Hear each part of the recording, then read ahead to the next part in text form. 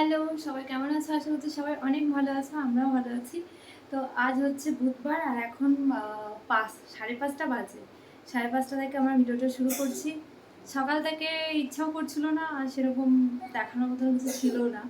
তো এখন আমি রান্না করব, রাতের রান্না। আর আজকে বাড়িতে কিছু আহ, মানে কয়েকজনের ইনভাইট করেছি, তো তাদের জন্য কিছু ছোট্ট একটু আয়োজন করব। তো আয়োজনটা করার উপলক্ষ হচ্ছে কিছুদিন আগে আমার বার্থডে গেছে, তো বার্থডেতে কাউকে সেভাবে কিছু খাওয়ানো হয়নি। তো আরিয়ানরা, মানে যারা আমার রোজ ভিডিও দেখো তারা জানোই, আরিয়ানরা আছে, আরিয়ানদের বাড়ির সবাই। আর আমার একটা দাদা আছে এখানে বাবুইহাটিতে, ওই দাদার ফ্যামিলি। তো এই হচ্ছে এমনি, সেরকম কিছুই না, নর্মাল খাওয়া দাওয়াটা করবো সবাই মিলে একসাথে। হঠাৎ করেই আর কি প্ল্যান হলো সকালবেলা। আসলে খাওয়াবো অনেকদিন ধরেই আর কি, সেই বার্থডে থেকে টাইম একদম পাইনি। মাঝে মুর্শিদাবাদ গেলাম, ওখান থেকে আসলাম মঙ্গলবার গেছে, এইসব করে হয়নি। আজকে বুধবার, ফাইনালি ভাবলাম আজকে খাইনি, নাহলে এরপরও আর টাইম পাবো না, কারণ আরেক জায়গায় যাওয়ার আছে আমাদের। তো ওই জন্য আজকে এই আয়োজনটা করা হচ্ছে। আর রান্নার মেনু কী কী হবে সেটা পরেই দেখাচ্ছি, বলছি। ভিডিওটা পুরো লাস্ট পর্যন্ত দেখলে বুঝতে পারবে কী কী হচ্ছে। তো আশা করছি সবাই সাথে থাকবে। তো চল এখন আমি কাজবাজ করি। তো টেবিলের উপর সব বাসনগুলো ছিল, এগুলোকে সব একে একে গুছিয়ে নিই। টেবিলটাকে আমার ফাঁকা করতে হবে, কারণ রান্না করতে করতে আমার টেবিলটা খুব প্রয়োজন হয়। যেহেতু অনেক ছোট তো আমার রান্নাঘরটা, সব কিছু একদম ধরে না, খুব ম্যানেজ করে করে চলতে হয়। আমি বিকাল বিকাল রান্নাটা বসিয়ে দিচ্ছি, তার কারণ যাতে 8টা সাড়ে 8টার মধ্যে রান্নাটা কমপ্লিট করতে পারি। আর সবাইকে সবাই যেহেতু কালকে অফিস আছে, সবার ডিউটি, মানে ডিউটি আছে, তারপরে স্কুল আছে বাচ্চাগুলোর, ওই জন্য চাইছি যে তাড়াতাড়ি করে রান্নাবান্না করে খেয়ে দিয়ে সবাই যেন তাড়াতাড়ি ঘুমাতে পারে, খাওয়া দাওয়ার জন্য যেন লেটটা না হয়, সেই জন্য সব তাড়াতাড়ি করে নিচ্ছি। আর আমি দুপুরবেলা বসে কিছু কেটে রেখেছিলাম, এই যে পেঁয়াজের ছালগুলো ছাড়িয়ে রেখেছিলাম, শসার টমেটো কেটে রেখেছিলাম, পায়েসের জন্য গোবিন্দভোগ চালটা ভিজিয়ে রেখেছিলাম, আলুটা ছাড়িয়ে রেখেছিলাম, এইগুলো করে রেখেছিলাম। রসুন আমার কিছু ফ্রিজের মধ্যে ছাড়ানো ছিল, আর কিছুটা ছাড়াতে হলো। আর আদাও বাটা আছে, কিন্তু ওটা আর নিলাম না, আদা যেহেতু ছাড়াতে বেশি সময় লাগে না। আর এখানে আমি ভেজিটেবলগুলো, যেগুলো মিক্স ভেজিটেবল, সেগুলো একটা বাটির মধ্যে সব জলের মধ্যে ভিজিয়ে রাখলাম। এই যে যেহেতু ফ্রায়েড রাইস করবো, তো সবজিটা কাটতে কিন্তু অনেক সময় লাগে, আর সব এক এক সবজি কিনেও আনতে হয়, অনেক ঝামেলা আছে। ওই জন্য আমি বেশিরভাগ টাইমে এই মিক্স সবজিটা কিনে নিয়ে আসি, এতে করে আমার রান্নার সুবিধা হয়, অনেক তাড়াতাড়ি হয়। এবার এদিকে আলুগুলো সব ভেজে নিচ্ছি, মাংসের আলুগুলো। আমাকে একজন বলেছে মুসলিম হতে হলে নিচের মাথা কাটতে হয়, ছড়ার পর উপরে মাথা কাটতে হয়। কি বললো আমি ঠিক বুঝতে পারলাম না। তোমরা যদি কেউ কিছু বুঝে থাকো এই কমেন্টে, তাহলে আমাকে প্লিজ জানিও। যাই হোক, মুসলিম মেয়েরা হিন্দু হলে অনেক প্রবলেম অনেকের, কিন্তু হিন্দু মেয়েরা মুসলিম হলে সেক্ষেত্রে প্রবলেম হয় না, খুব ভালো হয়। তো কেন জানি না, মানে একতরফা জিনিসটা কেন হয় আমি ঠিক বুঝতে পারছি না। তো যে যাই বলো, আমি এখন যে জায়গায় আছি সেই রকম খুব ভালো আছি, সারা জীবন যেন ভালো থাকতে পারি।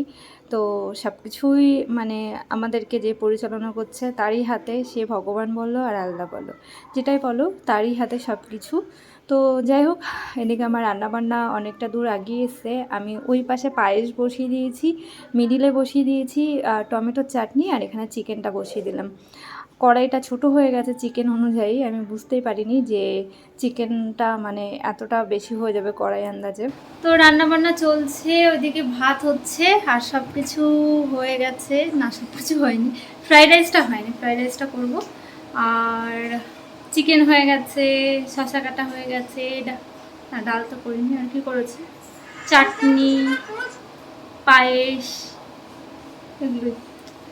তো বৌদিরা চলে এসছে, এই যে হ্যালো করো, তাকিয়ে দিচ্ছি। তো এই আর কি, ভাতটা হচ্ছে, হোক, ভাতটা হলে ফ্রাইড রাইস করতে সময় লাগবে না, সবজিগুলো ভাজা হয়ে গেছে ফ্রাইড রাইসের। রান্না সব কমপ্লিট হয়ে গেল। আর আজকে একটা ভুল হয়ে গেছে, আমার ভাতটা নামানো ঠিক হয়েছে, কিন্তু আমি না ফ্রাইড রাইসটা করার সময় গরম ভাত একদম আবার দিয়ে দিয়েছি, ব্যাস একদম গলে একাকার হয়ে গেছে। তবে ফ্রাইড রাইসটা খেতে সুন্দর হয়েছে, সেটা সবাই বলেছে, কিন্তু আমার খুব মনটা খারাপ লাগছিলো। এত কষ্ট করে বানালাম, জিনিসটা যখন পারফেকশন আসলো না, তখন খুব খারাপ লাগছিলো।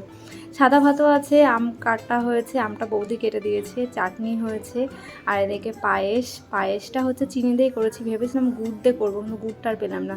এদিকে চিকেন চিকেনটা আমি 2 জায়গায় তুলে নিয়েছি, কারণ এই গামলাটার মধ্যে না সবটা ধরেনি। এই যে সারা গেছিলো পড়তে আরিয়ানা ঘরে, আর আমার ভিডিওর অবস্থা দেখো কেমন, মানে স্ট্যাচু হয়ে যাচ্ছে মানে মাঝে মাঝে ভিডিওটা। এই যে শুরু হয়েছে এবার। এতক্ষণ পরিবেশটা ভীষণ শান্ত ছিল, ব্যাস এবার ঢুকলো।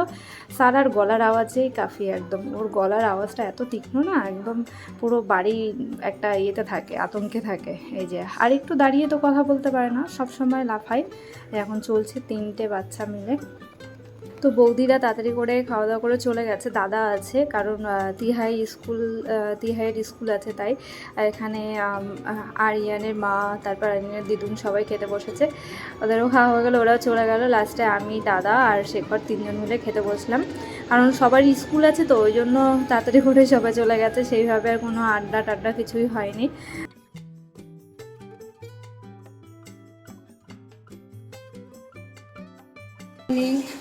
তো এখন যাচ্ছি হচ্ছে ডক্টরের কাছে, তারাকে স্কুলে দেওয়া হলো, স্কুলে দিয়ে আমরা যাচ্ছি ডক্টরের কাছে। আমার 9টা 20-তে অ্যাপয়েন্টমেন্ট আছে, তো যাই। রিপোর্টগুলো সব নিয়ে নিয়েছি, একটু নার্ভাস লাগছে, কী বলবে।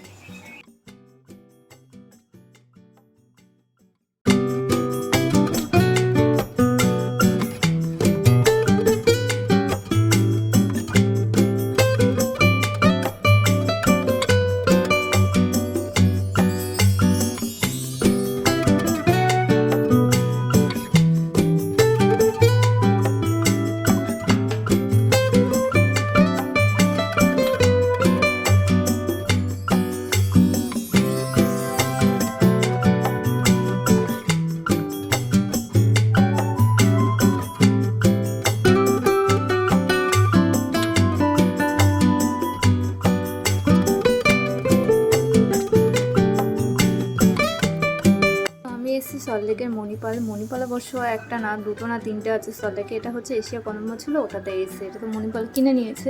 আমরা ফার্স্ট ফ্লোরে এসেছি, এসে সব কিছু বিল টিল করানো হলো। তো বললো ওয়েট করতে, ডাক্তার আজকে ঢুকবে অনেক লেটে। এটা যদি আগে জানতাম আরামসে খাওয়া দাওয়া করে আসতে পারতাম। সারাকে না স্কুলে দিয়েই আমরা তাড়াহুড়ো করে চলে এসেছি, কিচ্ছু খাইনি, একদম খালি পেটে আছি। টাইমও অনেকটা হয়ে গেছে, 10:30, সকাল থেকে না খাওয়া আছে, তখন মাথা পাতা উঠছে। ফাইনালি ডাক্তার দেখানো কমপ্লিট হলো। আজকে তো রিপোর্টগুলো দেখলো, রিপোর্টগুলো মানে ইসিজি, যেটা আমি খুব ভয় পাচ্ছিলাম, বললো কিছু নেই, কিন্তু আমার বুকে অনেক প্রবলেম হচ্ছে, কিন্তু রিপোর্টে কিছু নেই বললো। কি জানি, ঠিক বুঝতে পারছি না কি হচ্ছে। তবে থাইরয়েডটা প্রচণ্ডভাবে বেশি আছে, অনেক বেশি, মানে এরকম বেশি খুব কম মানুষেরই হয়। তো বাড়িতে চলে এসেছি, এই কিছুক্ষণ হলো আসলাম, এসে চেঞ্জ করে আবার একটু খাওয়া দাওয়া করে নিয়েছি। কালকে রাতে খাওয়া ছিল, ভাত চিকেন এগুলো সব ছিল, ওগুলোও খেয়ে নিলাম। এখন খেয়েছি, আর দুপুরবেলা কিছু খাবো না, হালকা কিছু একটু খেয়ে নেব। আর রান্না সারার জন্য ভাবছি কি করব। আরিয়ানদের ঘর থেকে একটু ভাত নিয়ে চলে আসবো ওর জন্য, কারণ ওর জন্য আর একটু ভাত কি বসাবো, একেবারে রাত্রেবেলায় রান্নাটা তাহলে আমি করবো। এখন রেডি হয়ে নিলাম, সারাকে আনতে যাব, 12টায় ছুটি হয়, কিন্তু ওই যতই 12টার সময় বেরোচ্ছি সেই গিয়ে দাঁড়িয়েই থাকতে হচ্ছে অনেকক্ষণ ধরে। তো ভাবছি আজকে একটু 5 মিনিট লেট করেই যাব। আর বাড়িতে কাজ বাজ অনেক আছে, কিন্তু আজকে আমি ওই মাঝে মাঝে যখন আমার খুব দরকার লাগে আমি একজনকে নিই, এখানে সে করে। তো ওনাকে আমি বলেছি কালকে কাজের কথা, আজকে করে দেওয়ার কথা। তো উনি আসবে 12:30টার দিকে, এসে করবে। কারণ আমার এমনি অনেক কাজ আছে, সেগুলো করতে গেলে সব একেবারে আমি দিশেহারা হয়ে যাবো এক কথায়। কালকে আমার ক্লাস আছে, তো ক্লাসে আমার ডেমো আছে, সেই ডেমোর জন্য আমার একটু প্রিপারেশান নিতে হবে, তো ভাবছি সেগুলোই করবো আজকে। আর কালকে আরিয়ানরা এত সুন্দর একটা গিফট দিয়েছে, আমার দেখানোই হয়নি, এখন দেখাই। খুব সুন্দর, আমার ভীষণ পছন্দ হয়েছে এই গিফটটা। আমি ড্রেসিং টেবিলের সামনে এখন রেখেছি ঠিক, কিন্তু এখানে আমি রাখবো না, এটাকে আমি বক্সের মধ্যেই রাখবো, কারণ আমার এত সুন্দর জিনিসটা রাখার মতন জায়গা কোথাও নেই। আর এইখানটাই আছে, সুন্দর লাগছে, কিন্তু এইখানটায় রাখা যাবে না, একে একদম অবস্থা খারাপ করে দেবে এর। মানে খুব সুন্দর জিনিসটা, খুবই পছন্দ হচ্ছে আমার। সারাকে নিয়ে বাড়িতে চলে এসেছি, এটা এসে স্নান টান করে নিলাম, সারারও স্নান হয়ে গেছে, এবার করবো পুজো। পুজো দিতে গিয়ে একটা কমেন্ট মনে পড়লো, আমাকে একজন কমেন্ট করেছিল যে আমি কি মুসলিম থাকতে পুজো করতাম। নাকি বিয়ের পরেই সব কিছু শিখেছি পুজো করা, বা আমার কেমন লাগে পুজো করতে। তো পুজো করতে ভালোই লাগে। আর পুজো আমি সেরকম মানে মোটামুটি জানতাম, খুব ভালো জানতাম না, সব কিছু বিয়ের পরে বেশি শিখেছি। আর তাছাড়া এমনি বিয়ের আগে টুকটাক কিছু জানতাম, যেগুলো নর্মাল সবাই জানে। আর পুজো বিয়ের আগে করেছি বলতে সরস্বতী পুজো করেছি। তো এই হচ্ছে কোশ্চেনের উত্তর। এবার পুজোটা করি।